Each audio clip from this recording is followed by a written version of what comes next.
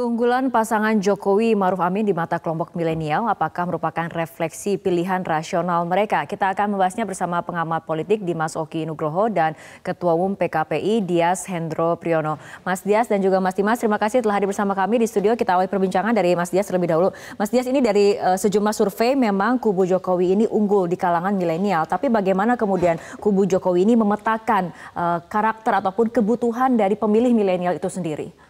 Sebenarnya kalau mengenai milenial itu calon yang ada sekarang bukan hanya harus berumur milenial, tetapi apa yang dipromot, kebijakan-kebijakan apa yang telah dilakukan oleh Pak Jokowi dan akan dilakukan nantinya, apakah itu menyentuh para milenial? Misalkan kalau menurut studi, kalau tidak salah itu dari Kompas, 3 isu utama yang diinginkan oleh atau dibutuhkan bahkan oleh milenial adalah yang pertama lapangan pekerjaan.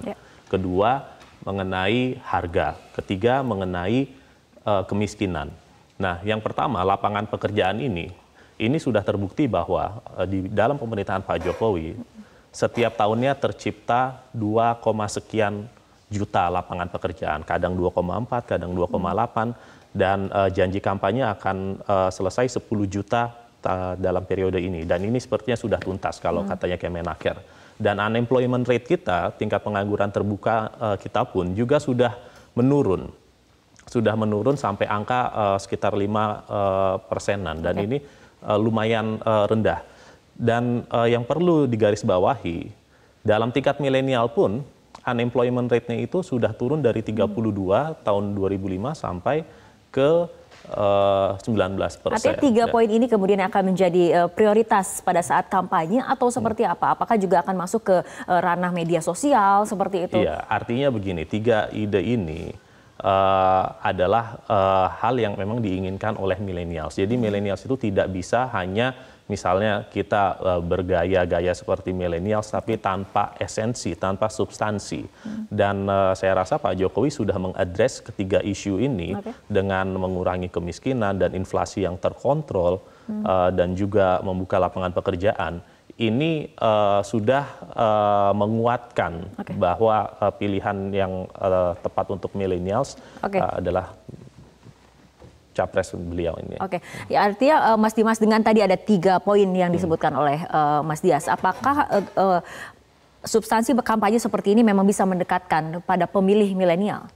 Ya, kalau yang dilihat adalah pemilih milenial yang rasional. Memang kalau kita lihat kan adalah kelas terdidik ya, anak muda itu bisa di urban, tapi kebanyakan mereka di perkotaan, tapi juga banyak juga yang berbasis rural ya atau pedesaan. Tapi apakah memang pemilih milenial memang rasional? Begini, mereka kalau kita lihat data bahwa mereka cukup terekspos dengan sosial media ya, dengan konten-konten sosial media ya, seiring dengan perkembangan teknologi informasi, gadget dan seterusnya.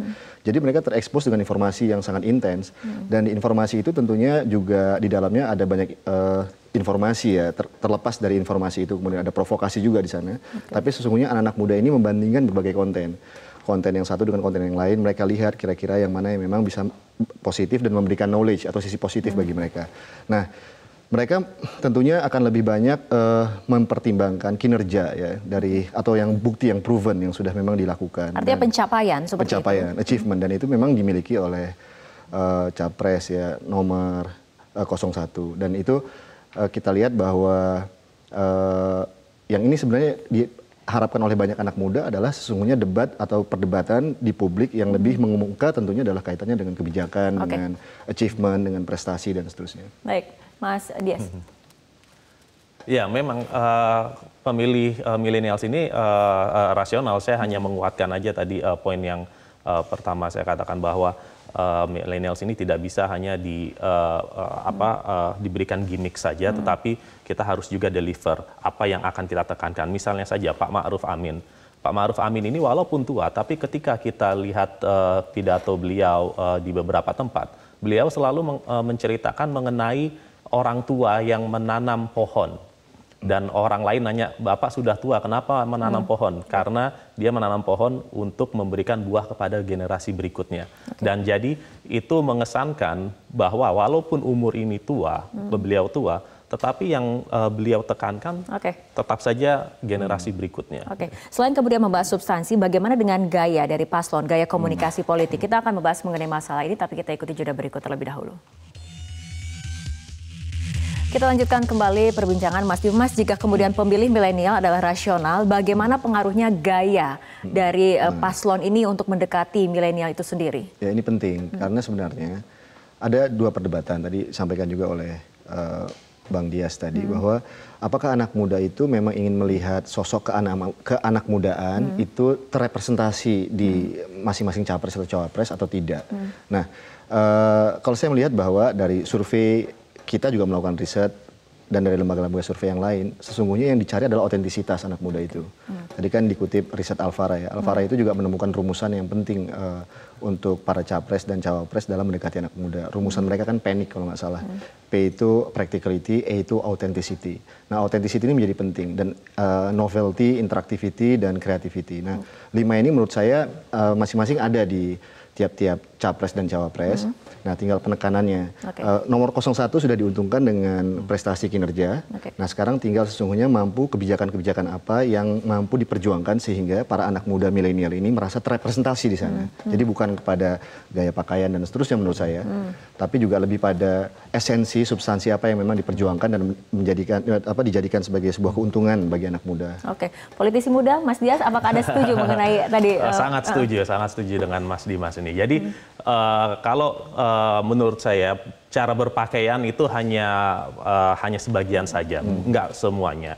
Jadi misalkan pun Pak Prabowo mau mengganti gaya pakaian seperti artis K-pop gitu, tapi tanpa rumusan kebijakan untuk pemuda yang jelas, saya rasa tidak bisa mengambil simpati dari para pemuda. Sebagai contoh saja, Bernie Sanders di Amerika tahun 2016, dia itu umurnya sudah 75 tahun 2016. Tapi pemilih milenialsnya dia 29% lebih tinggi daripada pemilih Hillary Clinton plus Donald Trump.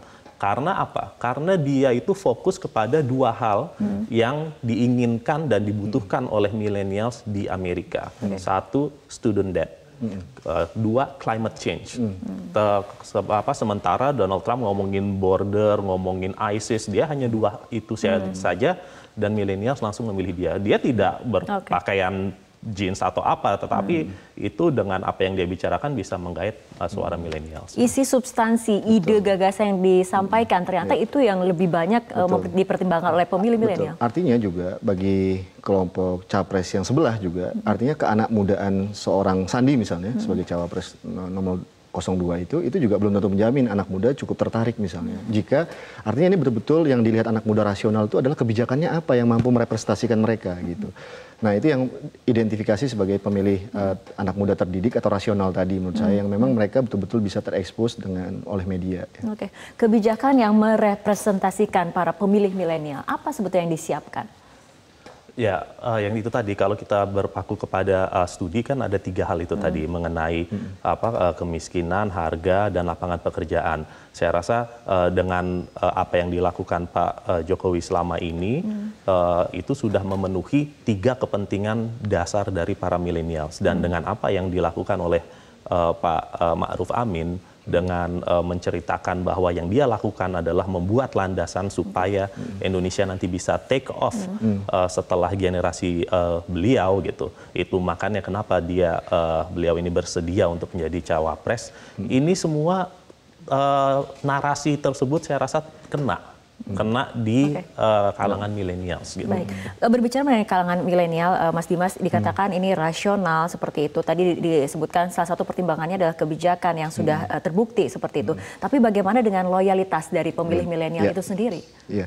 Jadi memang ada satu unsur yang memang harus diantisipasi untuk terhadap pemilih muda ya. Mereka sesungguhnya menginginkan kebaruan, novelty. Ini yang harus diantisipasi. Itu yang sesuai risetnya Alfara itu, teman-teman Alfara itu. Jadi kebaharuan ini yang dinanti-nanti oleh anak muda dan ini harus diantisipasi oleh tiap capres. Karena sesungguhnya tentunya tiap capres-cawapres ini kombinasinya memiliki kelebihan kekurangan. Tadi Bang Dias tadi menyebutkan contoh yang menurut saya benar-benar otentik ya, yaitu Ben Sanders itu. Dia dipilih oleh banyak anak muda, justru padahal dia satu sisi adalah sosok yang kita kenal sudah sangat sepuh ya gitu ya. Artinya memang didukung oleh anak muda karena isu-isu kebijakannya cukup ekstrim, bukan ekstrim tapi cukup mampu memberikan stimulasi daya tarik pada anak muda. Nah ini bisa juga dicontoh, bisa jadi mungkin oleh tadi Cawapres 01 Kiai Ma'ruf mungkin bisa menggunakan